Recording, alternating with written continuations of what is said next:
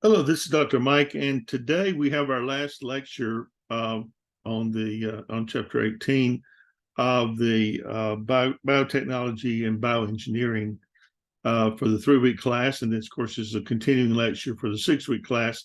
But I want to speak to you about this very interesting chapter.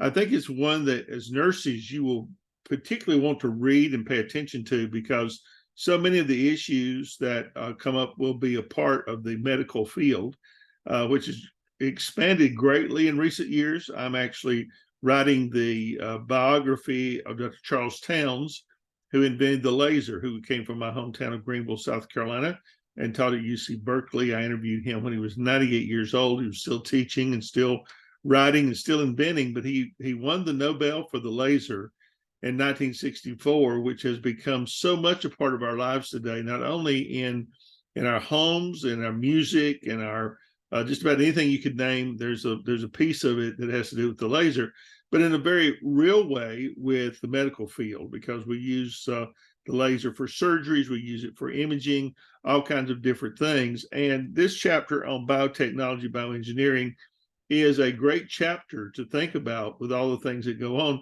And there are ethical concerns with that, how that these things are used, if they're used ethically, correctly, not to injure or to hurt, but to help as a part of the healing process. And of course, we probably all have our personal opinions about some of that we'll leave for another time. But I want to talk to you just about the ethical considerations. So if you let me open my slides here for a moment, we will talk about this. It's a very interesting subject. We talked about cloning a little bit yesterday, which it has some similarities, but in biotechnology, we are talking about basically the manipulation of biological systems and organisms through the use of technology. We now are able to go in and deal with, heart blockages, with cameras, and with mini robots and mini computers, all kind of different things. And this comes under the head of using technology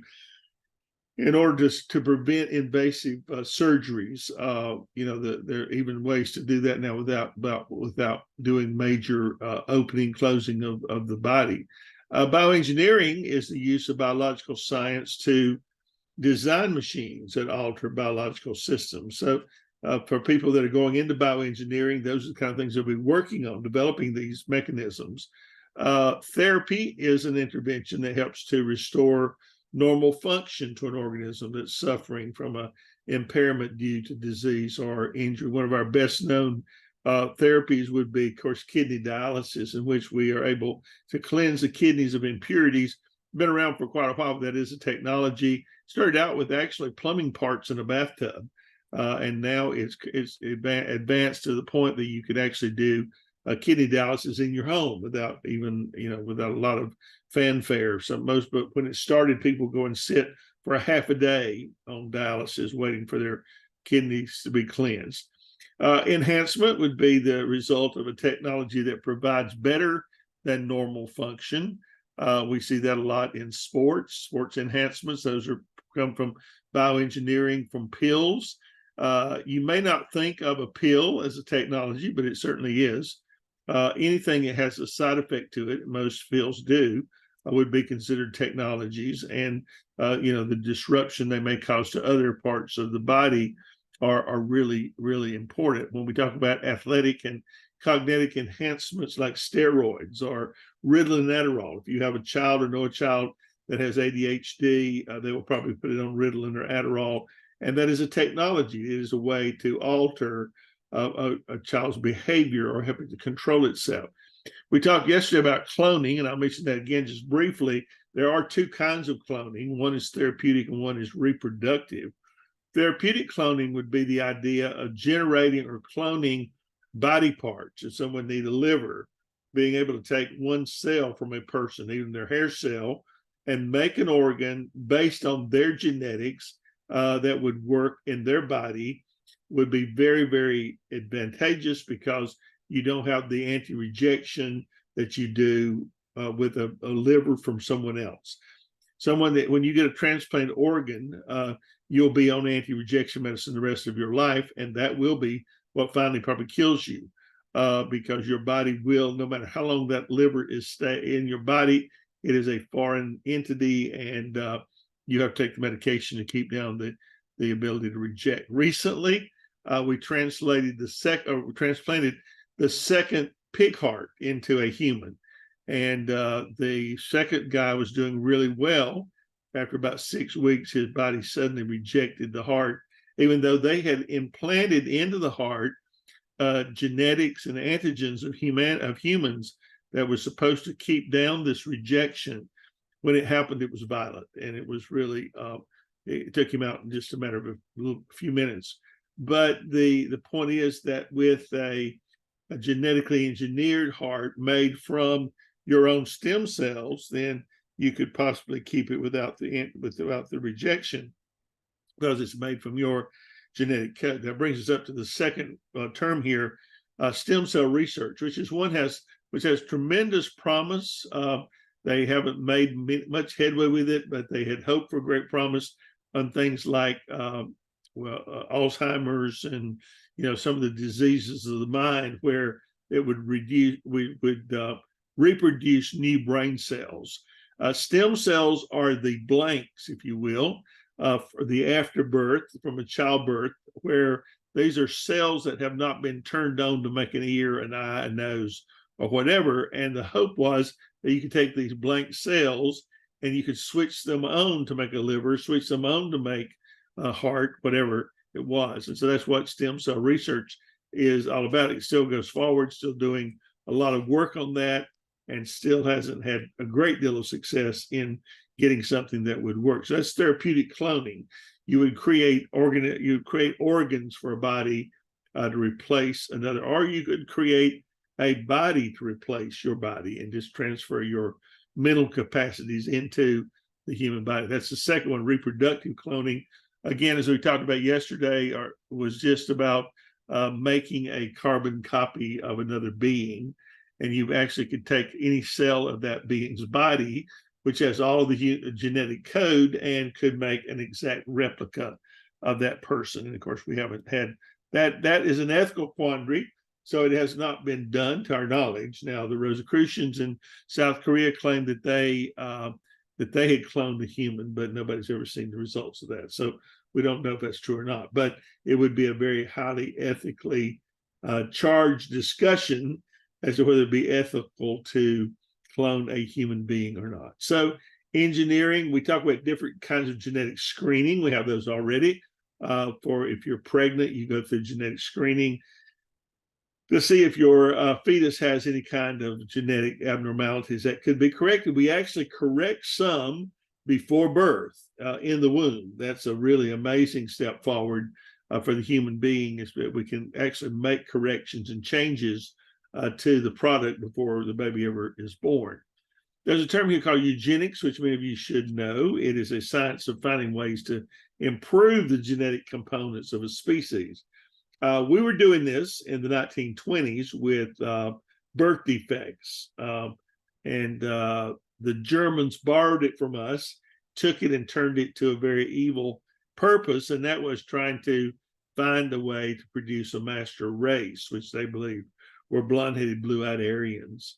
And so this led to the big deals in the concentration camps, where they would inject people with different things to see how they reacted. They particularly liked twins because they could have a carbon copy. They'd have one as a study subject, the other one they would run tests on. And there are people there, they're Holocaust survivors who have no idea what they were injected with during the Nazi era, but they borrowed this from America. So I think that's worth noting. But whether these things are moral or immoral, is it immoral to want to create a carbon copy of yourself, or to have these organs done for you? Does that lead to a organ mill where organs are just sold, randomly on the market, just like you would sell anything else? The Human Genome Project is one of the most promising that we've accomplished, where we have actually mapped the entire human genome, and we now know every gene, where it's located on the chromosomes, and what those do for the body. This has been tremendously advantageous to those of us that study our ancestry. I've actually had my genome mapped and the ancestors that came from it have been phenomenal.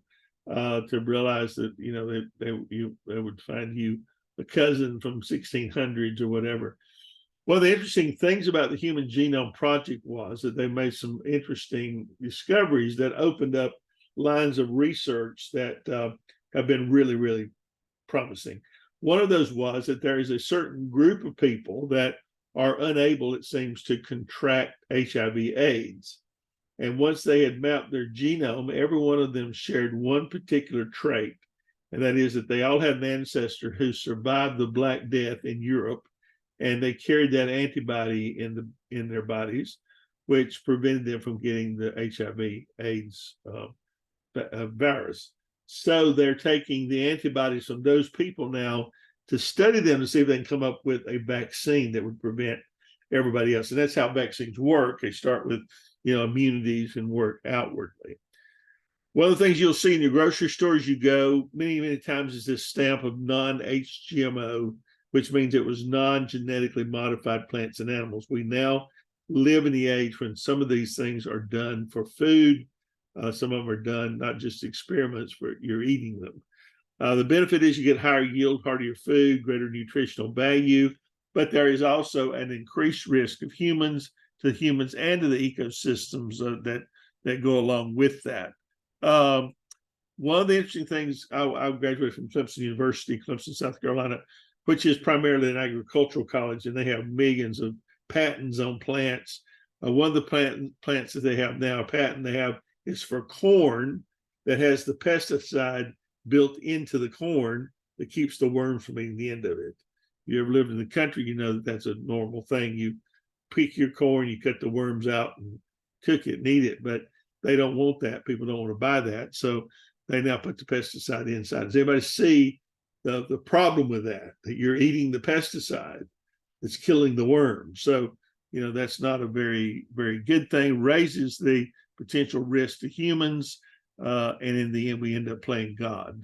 The other aspect of that would be athletic cognitive enhancements. We're seeing a lot of that now argued based on the transgender issue, but there's also medicine. There's also pills you can take to enhance your these steroids that will enhance your ability to hit a ball or whatever, run, better endurance. But there's a lot of gray area here as far as ethics is concerned over what's right, what's wrong. And so that, of course, is up for debate. We're still seeing, well, if you watch the Supreme Court, you'll see several ethical debates that come up during those debates, because that's where usually it is worked out. We've talked about stem cell and cloning, and we talked about genetic engineering and genetic screening, and the genetically modified organisms that we invariably get involved with in nature. So as you read through the rest of this section, this book, this chapter, as I said, I think this is a chapter you're going to want to read because it's going to affect your performance as a nurse.